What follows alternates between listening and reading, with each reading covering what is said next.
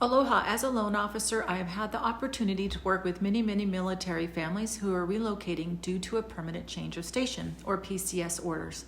And one of the most common questions that I receive is how to navigate the process of moving with pets, especially when the new duty station is as unique as Hawaii is.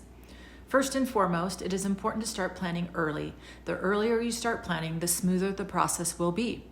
Hawaii is a rabies-free state and has very strict import requirements for animals.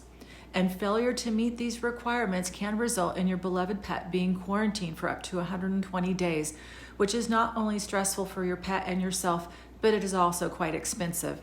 The Hawaii Department of Agriculture is the governing body responsible for enforcing the import requirements for animals, and they have a very comprehensive website that outlines these requirements in great detail. But here are a few key points to keep in mind.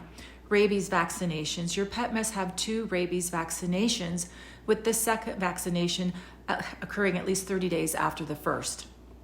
You also need blood work. Your pet must have a blood test called a FAVN, short for fluorescent antibody virus naturalization test, at least 120 days before entering Hawaii. This test measures the level of rabies antibodies in your pet's bloodstream. You also need a microchip. Your pet must have an ISO microchip, which is a type of microchip that is readable worldwide. And then you need a health certificate. Your pet must have a health certificate issued by a licensed veterinarian within 14 days of travel. And if you would like your pet directly released to you, you must file a direct release form. You must file that application and that payment 10 days prior to your arrival.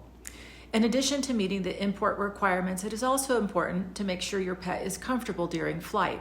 So if you are flying with your pet in cabin, make sure you check with the airline for their specific requirements. And if you are flying with your pet as checked baggage, do make sure you have a sturdy airline approved carrier and that your pet has access to plenty of food, water, and bedding.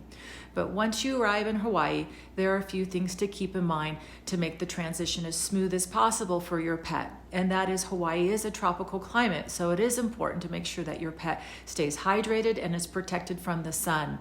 There are also a variety of pests in Hawaii, such as fleas, ticks, and mosquitoes, so make sure your pet is up to date on their flea and tick prevention and also their heartworm medication.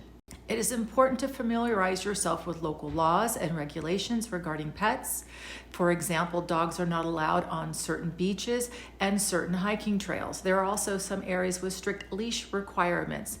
But overall, moving to Hawaii with pets requires a bit of extra planning and preparation, but it is doable. And as a loan officer, I understand the stress that comes with a PCS move, and adding pets to the mix can make it even more overwhelming. However, again, with a little bit of research and preparation, you can ensure a smooth transition for both you and your fur family. If you would like a helpful checklist to aid in your planning and caring to move your dog with you, simply click and request above. I am happy to share it with you and happy to be a resource for you. I hope your transition in PCS to Oahu is a good one, a happy one, a memorable one, and I'm here to help you. Mahalo.